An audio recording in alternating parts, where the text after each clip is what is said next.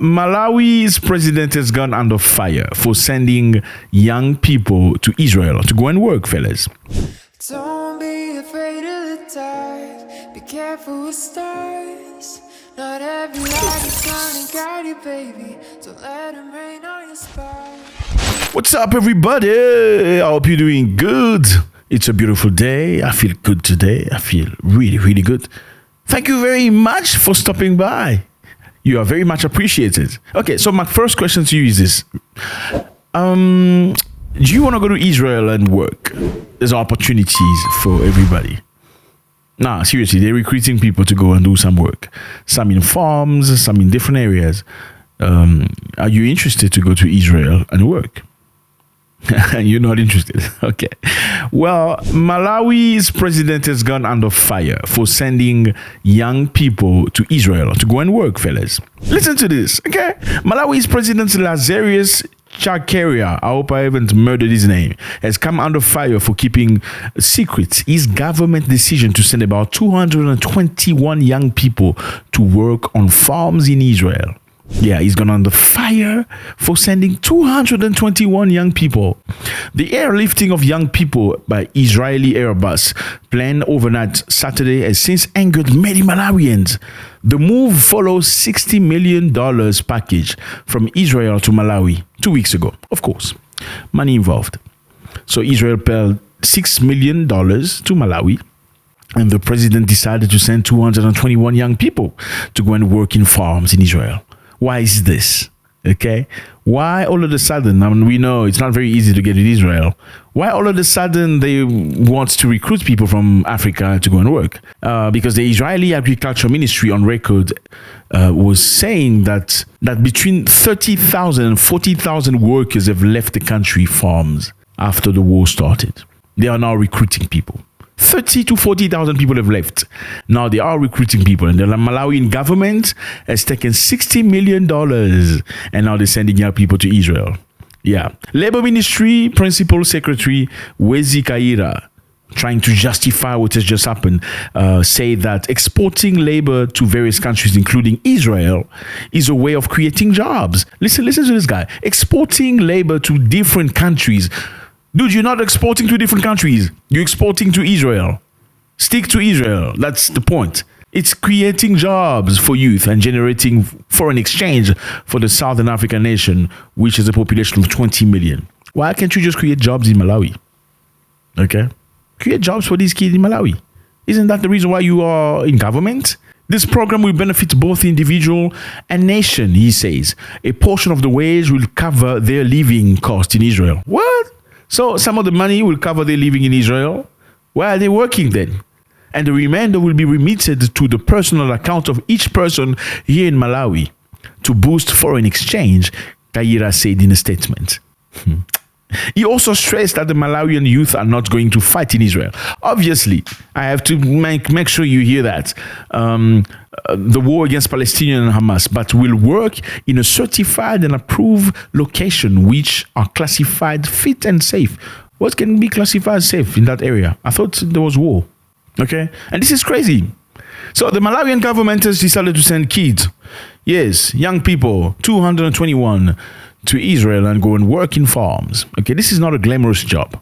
You know, in farms you pick up trash, you pick up gods, you pick up stupid things, you pick up shit from cows and stuff like that. It's not like an office job. How about you import or export people for office job? Okay, we need computer engineers from Malawi going to Israel and go work. We need some engineers, construction from Malawi. Why do you need people from farm work? And isn't that reducing you to like stupid labor? I'm sorry, but hey. And again, these are young people. How much option do they really have?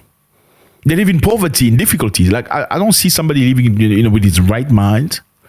How much do you see somebody with his right mind in good opportunities, who's got a decent job and a house and a family, deciding to leave his home with peace and go to, doesn't matter which country it is, where there's war, to work in a farm?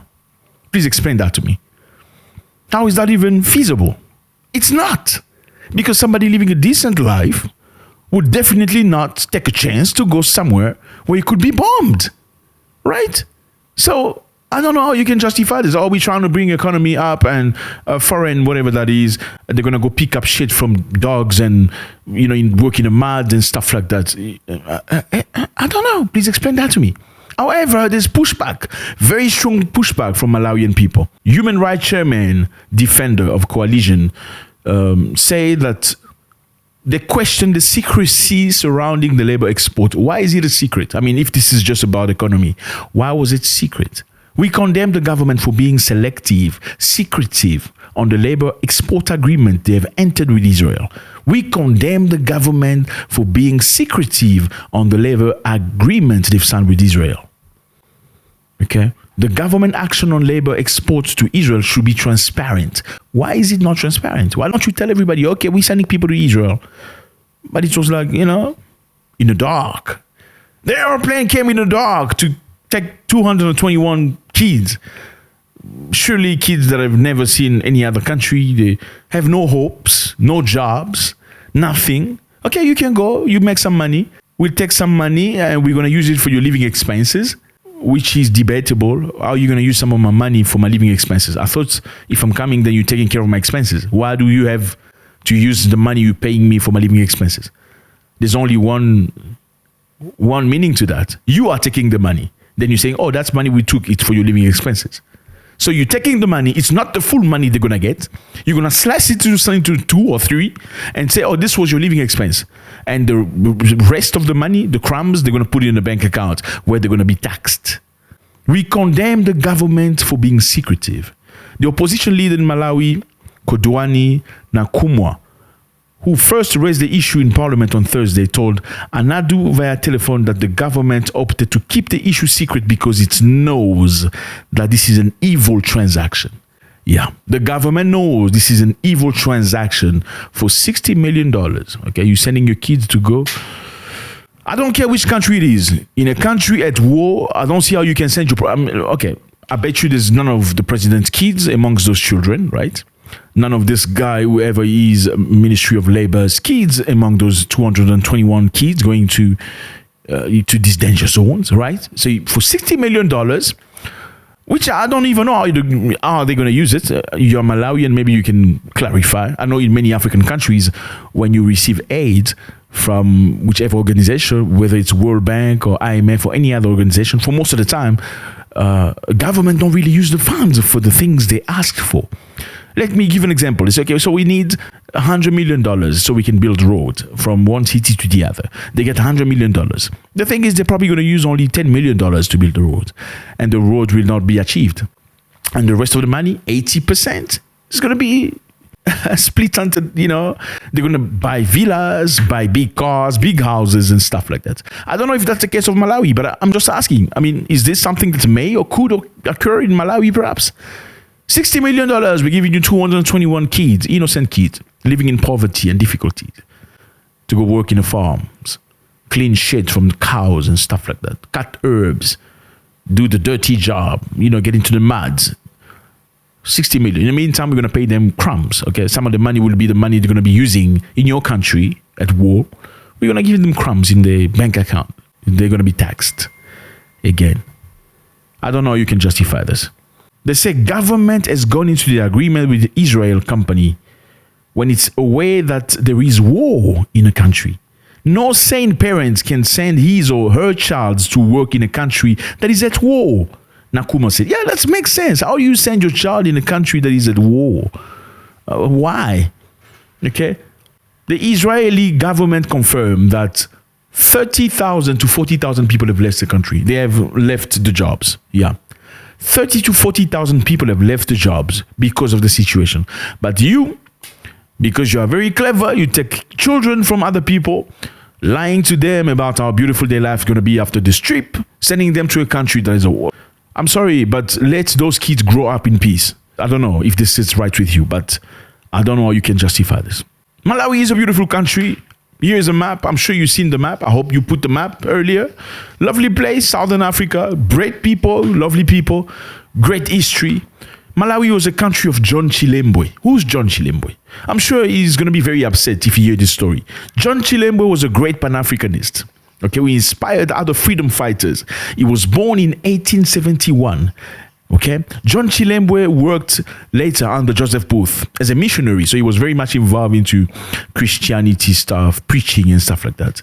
He eventually traveled to the United States to acquire more knowledge, learn theology in Virginia. When he returned to Malawi, John Chilembwe became a preacher. So he preached to Malawians about Jesus and stuff like that. Chilembwe established a church in Malawi where people came to him. Obviously, as a Malawian, you rather go to a church where the preacher looks just like you than going to a church where the preacher looks different, right? However, during this time, because white settlers came to Africa, they came to Malawi too. So they used Malawians to do hard labor, like they did in most African countries. And at that time, with white settlers, were forcing Malawians off their land. They were chasing them off their land. And Malawian soldiers were also being taken by force to go fight in Tanzania against the German army. Malawian people were being forced to go fight against the German army in Tanzania. You hear that? So you come into an African country, you take the people, you take things over, then you want to force people to go fight your fight in a different country and different continent. John Chilembwe was one of the people that stood and said, no Malawian should go give his life on things that do not concern Africans. This is their war. It's not ours. Why are you going? Don't go. That's John Chilembwe. They hated him for that. And after that, obviously, after he expressed his discontent over this injustice, in January 1915, he held an uprising in Malawi against the settlers. The rebellion was not successful, unfortunately. And Chilembwe was, a few days later, while trying to cross into Mozambique. Sad story of a great warrior, a great Pan-Africanist. Malawi eventually became independent in 1964, and today, Chilembwe is on the banknote of Malawi. You found John Chilembwe in the banknote. And there are a highway in the name of John Chilembwe. And recently, in London, they put a statue of John Chilembwe. In London, John Chilembwe, please find that statue of John Chilembwe in London.